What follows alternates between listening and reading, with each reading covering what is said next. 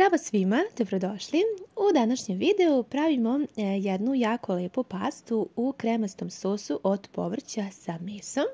Ja ovdje imam 300 grama mesa od junetine, ali vi možete koristiti meso po izboru.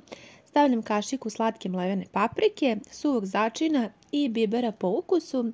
Za kraj dodat ću malo dimljene paprike, ona je malo ljutkasta. Ako je imate, upotrebite, zaista daje jako lep ukus svakom jelu. Ovako promešajte meso da se sada svi ti začini lepo spoje sa mesom, pa ga ostavite na kratko sa strane da upijete začine dok spremamo povrće. Od povrća koristit ću jednu srednju glavicu crnog luka, seckam uvek ovako na najsitnije, a zatim i jedan manji prazi luk. Ja ga sada trenutno imam u frižideru pa ću ga iskoristiti, a vi svakako ne morate. Svakako će biti ukusno i ako imate samo crni luk. Stavite ga na tiganj, pa malo pouljite, promešajte i odnesite da se luk prodinsta dok onako ne postane staklast na neku srednju temperaturu. A mi spremamo sljedeće sastojke. Koristit ću jednu manju šargarepu, seckat ću je na kockice, možete naravno i više. I uzimam jednu crvenu papriku i iseckat ću je također na što sitnije kockice. Ovdje možete upotrebiti i neku drugu vrstu paprike koju trenutno imate. Sada je sezona, pa hajde da ih iskoristimo. Kada je luk postao staklast, dodajemo i paprike i šargarepu, pa ću blago ovako sve da promešam i da dolijem jedno 50 ml vode i da pokrijem da se fino dinstaju.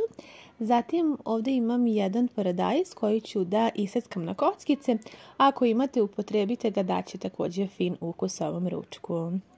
Sada su sve prodinstale i paprike, šargarepa i luk zajedno, pa ćemo dodati i meso koje smo na početku spremili.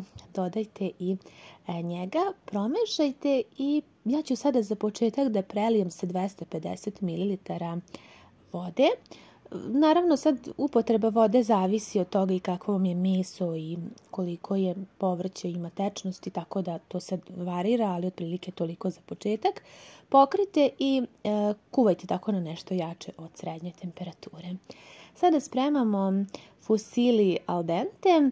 Uzela sam 400 grama fusili i oko 3 do 4 litre vode prokuvajte. Malo posolite pa dodajte fusili i kuvajte al dente. To znači da kuvamo dok testenina ne postane s polja mekana, a unutra tvrda. Kada je gotova, možete je malo preliti sa maslinovim uljem kako bi ona ostala ovako rastresita i ne bi se zalepila. Naše meso se lagano krčka i s vremena na vrijeme samo otvorite da vidite da li je potrebno dodati vode. Sada ćemo dodati i paradajz koji smo naseckali, otprilike je prošlo nekih 30 minuta. Ja nisam dodavala vode, a sada ću da dodam još nekih 300 do 400 ml. I kažem, dodavanje vode svakako zavisi od mesa i količine povrća, tako da to dodajte.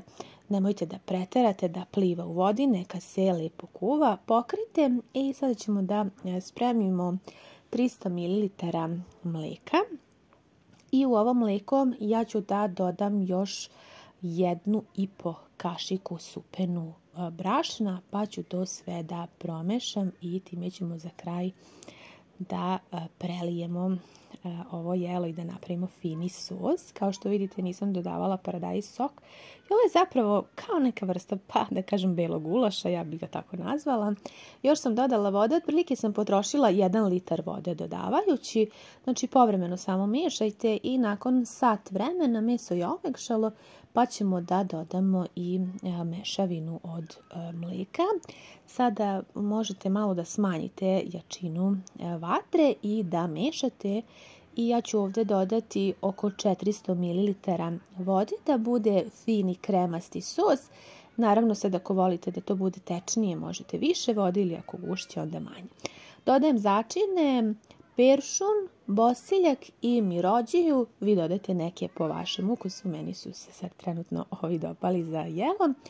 I dodat ćemo sada i pastu koju smo prokuvali.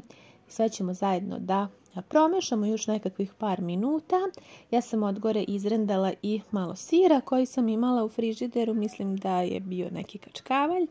I naš ručak je spreman. Zaista je jako kremast i ukusan i kroz nekih par minuta skroz će da se ugusti ova krema i zaista je ukusno kada pripremate sa mlekom juneće meso zato što ono još dodatno omekša i bude zaista jako mekano i fino, tako da obavezno isprobajte ovaj recept. Ukoliko želite da stvarno bude beli gulaš, onda nemojte dodati onu jednu kašiku slatke mlevene paprike, ali ja baš volim zbog ukusa. Zaista je fino, kremasto i nešto malo drugačije. Nadam se da vam se dopada. Pišite mi kako vam se sviđa ovaj recept, da li biste ga isprobali. Hvala vam mnogo što ste pogledali ovaj video i ljubim vas sve puno.